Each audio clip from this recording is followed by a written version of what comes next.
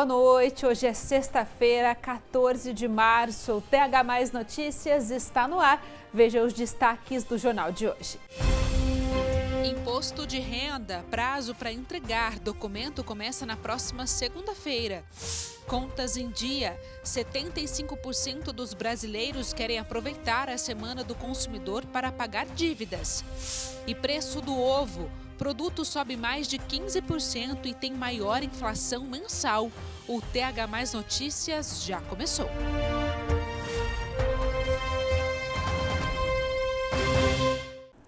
O prazo para entrega da declaração do imposto de renda começa na próxima segunda-feira. Os contribuintes já podem baixar o aplicativo no celular da Receita Federal. Aqueles mais organizados já estão até em busca de escritórios de contabilidade. O Dirceu já está se preparando para a prestação de contas para a Receita Federal. Os documentos já estão separados, tudo para não ter dores de cabeça na hora de fazer o imposto de renda. Durante o ano eu já vou guardando as informações necessárias para quando começar o ano a gente poder pegar, compilando ali com os informes de rendimento dos bancos, né? Os informes já estão enviando, acho que já enviaram quase todos. Eu já estou com o material tudo compilado para enviar para a contabilidade para fazer o quanto antes aí, né? Como empresário, ele precisa se atentar a muitos detalhes. Por isso, prefere contar com ajuda especializada. Eu prefiro terceirizar e passar para uma empresa fazer, porque não delega mais tempo para eu fazer uma coisa que não é minha especialidade. Eu, como empresário, tenho que focar em outros detalhes e aí eu acabo terceirizando e passando para uma contabilidade fazer, que eu sei que vai ser feito e muito bem feito, né? Como CLT, eu não tinha ganhos acima do valor que era necessário para fazer a declaração de imposto de renda, então eu não fazia declaração. Eu fui começar a fazer faz 5 anos, né? Que quando eu comecei a empreender e a empresa deu certo, e aí acaba que gera rendimentos, aí eu fiz algumas aplicações, e quando você faz uma coisa muito importante, quando você faz a aplicação na Bolsa de Valores, né? Você compra ações, automaticamente, não importa quanto você ganha, você é obrigatório fazer a declaração de imposto de renda, né? O prazo para a declaração do imposto de renda para pessoas físicas é do dia 17 de março a 30 de maio. E para entregá-lo, os contribuintes têm 3 formas: pelo aplicativo Meu Imposto de Renda, pelo portal ECAC ou pelo programa gerador de declaração. Todo contribuinte que tenha recebido os valores média mensal de R$ 2.824, ou seja, R$ 33.888 anuais, ele passa a ser obrigado à entrega da declaração do imposto de renda à pessoa física. Além disso, o contribuinte que tenha recebido valores superior a R$ 200 mil em receitas isentas e não tributadas também está obrigado, ou que possua patrimônio superior a R$ 800 mil e que tenha a atividade rural e tenha recebido no ano de 2024 valores superiores a R$ 169.440 anuais. E neste ano, os profissionais da área da saúde precisam ficar atentos a algumas mudanças feitas pela Receita Federal. Para o contribuinte, ele acaba sendo vai facilitar muito os próximos anos de entrega de declaração. Para o profissional da saúde, em que tenha rendimentos auferidos pela pessoa física dessa atividade, ele passa a ser obrigado a declarar dentro do portal da Receita Federal todos os recibos. Então, a parte boa é que a gente vai ter todos os recibos padronizados e de informações instantâneas da base da Receita Federal. Inclusive, o próprio contribuinte, ao fazer a sua declaração do imposto de renda, nos próximos anos, em 2026, referente ao ano de 2025, ele passa a ter essas informações instantâneas. Ele só vai ter o trabalho de verificar se estão corretas e adequadas. E aquela velha dica de não deixar tudo para a última hora pode fazer toda a diferença na hora de declarar o imposto. Uma dica importante para quem vai fazer pela primeira vez é utilizar-se da declaração pré-preenchida, que vai estar disponibilizada a partir do dia 1º de abril. Ali ele vai ter todas as informações que já estão na base da Receita Federal. Então, ele só vai fazer uma comprovação das informações e garantir que estão todas corretas. Adicionalmente, caso ele tenha um recibo médico, alguma despesa ou alguma receita que não esteja na base da Receita Federal, ele tem a obrigação de incluí-la, inclusive rendimentos de aluguéis, caso o tenha, que é um ponto delicado também da Receita Federal nesse sentido. Lembrando que quem faz antes recebe a restituição antes também, né? Olha só, mudamos de assunto. O Congresso Nacional aprovou um plano de transparência para emendas parlamentares. Mas olha só, cabe ressaltar que o texto aprovado possui brechas. Vamos entender. Por determinação do Supremo Tribunal Federal, Câmara e Senado aprovaram nesta quinta um conjunto de regras para dar mais transparência às emendas parlamentares, que são recursos que deputados e senadores destinam aos redutos eleitorais para obras e projetos. O texto aprovado mantém brechas e permite, por exemplo, que os parlamentares enviem recursos apenas com a assinatura do líder dos partidos, sem identificação do autor original do repasse. Especialistas e o próprio ministro Flávio Dino reconhecem uma tentativa de mudança, mas afirmam que, na prática, ainda está longe do ideal. No caso do orçamento secreto, estejamos longe do ideal, ainda muito longe do ideal.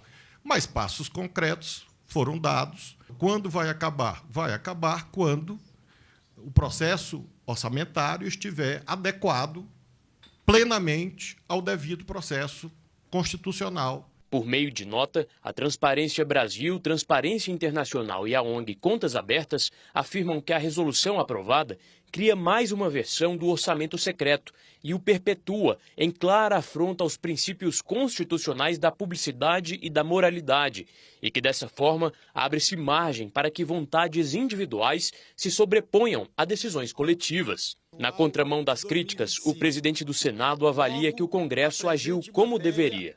É uma resposta urgente, inadiável e necessária que coloca em trilho novamente a execução orçamentária de maneira a garantir a transparência e a rastreabilidade das emendas parlamentares. Virada a página das emendas, a votação do orçamento de 2025 no Congresso é esperada para a próxima semana. Até o momento, há acordo entre o governo e o relator para cortar mais de 7,5 bilhões de reais no Bolsa Família, para assim viabilizar o pagamento do programa Pé de Meia e o aumento do Vale Gás. Esses ajustes no orçamento foram um dos assuntos de uma reunião entre os ministros Gleisi Hoffmann, da Articulação, e Fernando Haddad, da Fazenda, nesta quinta.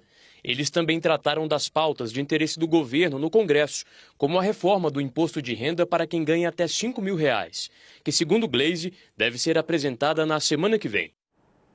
Isso aí, daqui a pouco a gente vai voltar a falar mais sobre política, tá? Agora a gente vai para um intervalo e no próximo bloco a gente vai falar sobre negociação de dívidas na Semana do Consumidor. Nós já voltamos.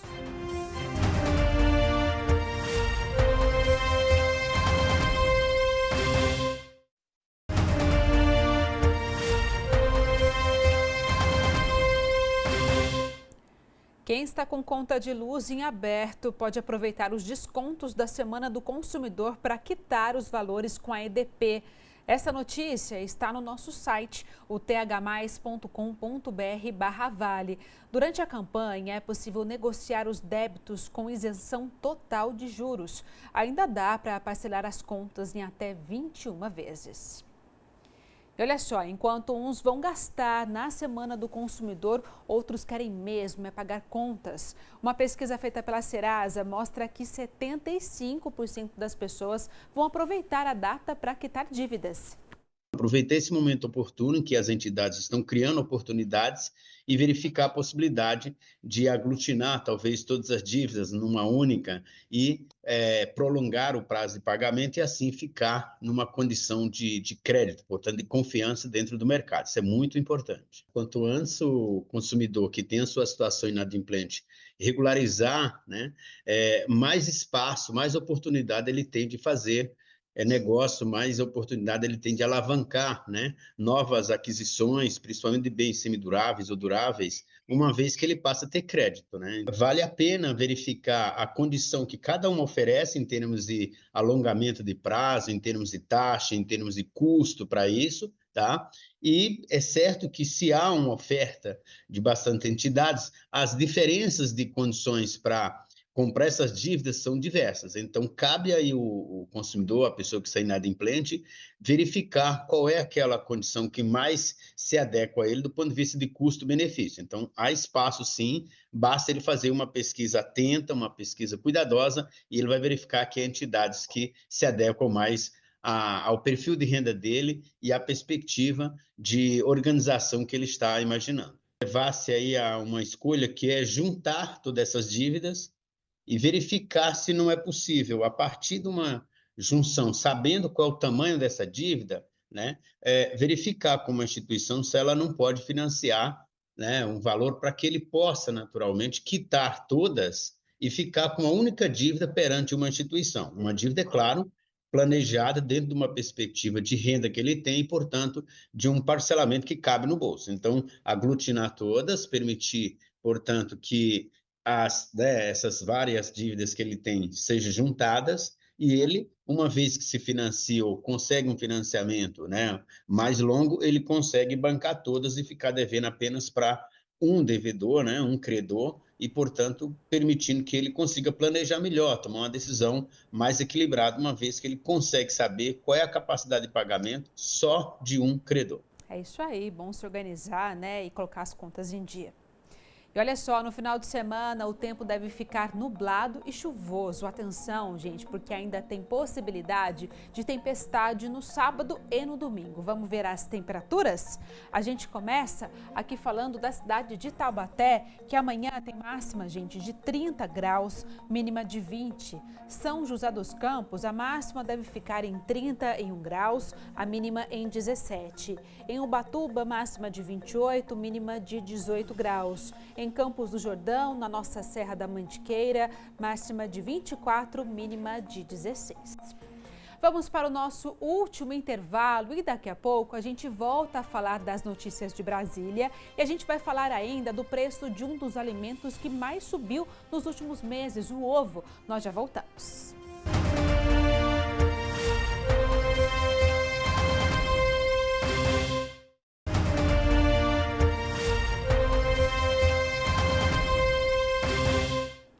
Estamos de volta. Começou a valer hoje a isenção do imposto de importação para 9 alimentos. O nosso repórter Rafael Tebas fala sobre esse e outros assuntos direto de Brasília. E aqui em Brasília, integrantes do governo federal celebraram a decisão da CAMEX, a Câmara de Comércio Exterior, de zerar a alíquota para importação de 10 alimentos, como já havia até anunciado o governo federal na semana passada. No entanto, ainda havia uma expectativa sobre esse assunto e é mais uma decisão do governo federal para tentar conter a inflação dos alimentos, que tem atrapalhado demais o consumidor.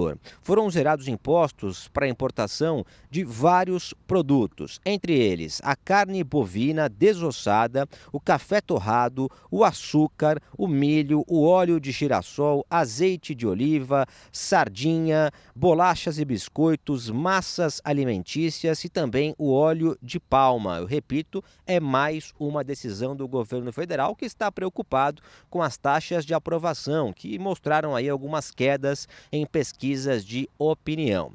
Para a próxima semana, aqui em Brasília, alguns assuntos muito importantes. A semana vai ser bastante movimentada, especialmente aqui no Congresso Nacional, que deve, enfim, avaliar o orçamento de 2025, um assunto muito importante e fundamental para o governo federal. De Brasília, Rafael Tebas.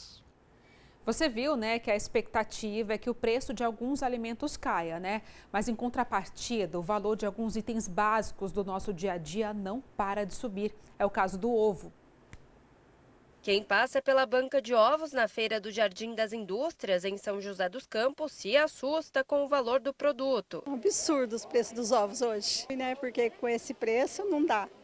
A gente consome bastante ovo em casa, né? Tenho 2 filhas adolescentes, uma esportista, a outra é bailarina, então a gente consome bastante ovo, sim. Você vai fazer coisa de massa, tem que ter ovo. Então, tem que comprar. Dados do levantamento histórico do IPCA mostram que há um mês uma caixa com 30 ovos estava 15,39% mais barata.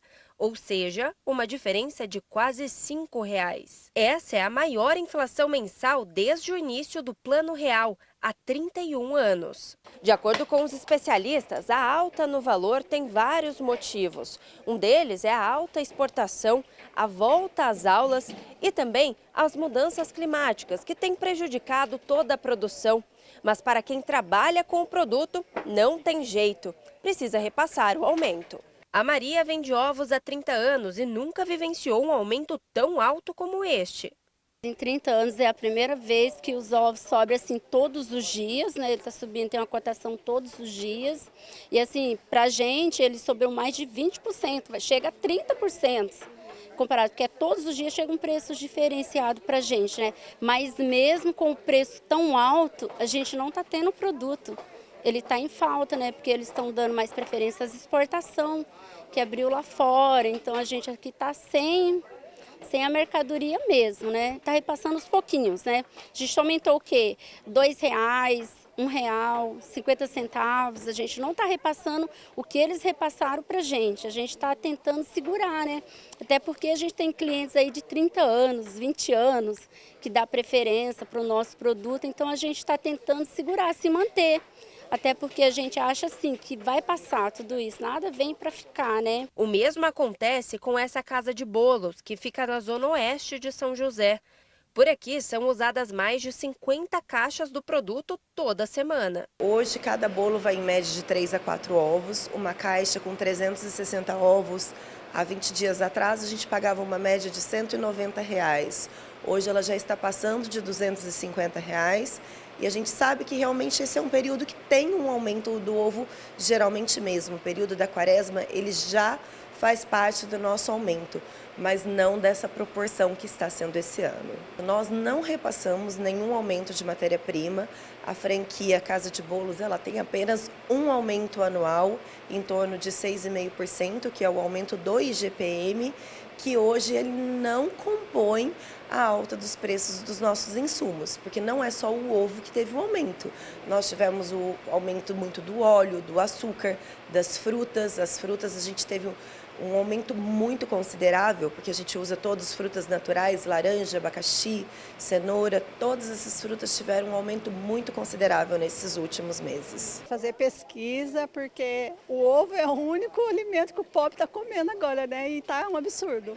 Agora, pega de meia dúzia e olha lá. A gente tem que comer, então a gente tem que comprar caro, não abaixa. É, gente, com tudo tão caro, né? É bom a gente aí pensando certinho no que vamos fazer de almoço no final de semana. Olha só, fim do nosso jornal. Muito obrigada pela sua companhia durante ao longo, né, de toda essa semana. Agora você fica com as informações do SBT Brasil. Bom descanso para você. Segunda-feira a gente se vê, viu? Um beijo, até mais. Tchau, tchau.